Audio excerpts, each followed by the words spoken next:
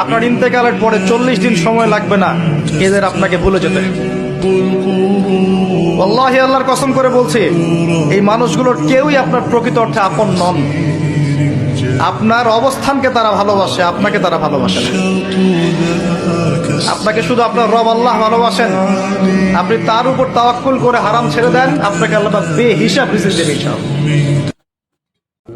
যখন আপনি বিপদে পড়ে একনিষ্ঠভাবে আল্লাহর প্রতি তাওয়াক্কুল করে খালি বলবেন যে হাসবি আল্লাহ ওয়া নি'মাল ওয়াকিল, আল্লাহই আমার জন্য যথেষ্ট, তিনি উত্তম কর্মবিধায়ক, আল্লাহ পাকের দায়িত্ব হয়ে যাবে আপনাকে সাহায্য করা ইনশাআল্লাহ।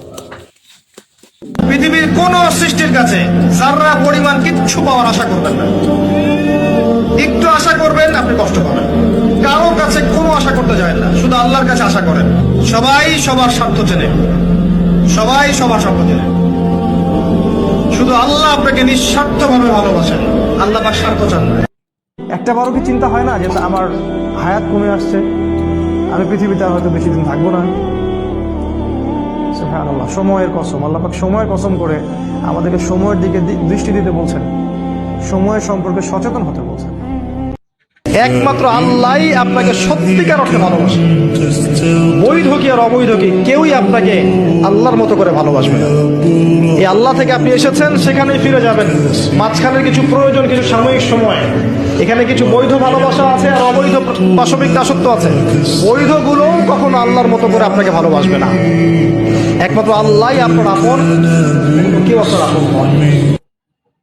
হতাশ হন, মন থেকে ভিতর থেকে আল্লাহকে ডাকো, মন থেকে আল্লাহকে ডেকে একটা বার আল্লাহ থেকে ফিরে এসে দেখো, ইনশাআল্লাহ তাআলা দেখবা এখানে যে শান্তি আছে সারা দুনিয়ার কোথাও সে শান্তি পাবা না।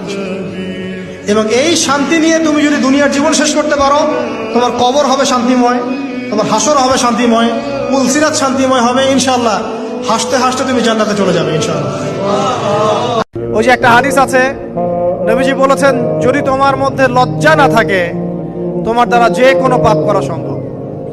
যদি তোমার মধ্যে লজ্জা না থাকে তোমার দ্বারা যে কোনো পাপ করা কি সম্ভব।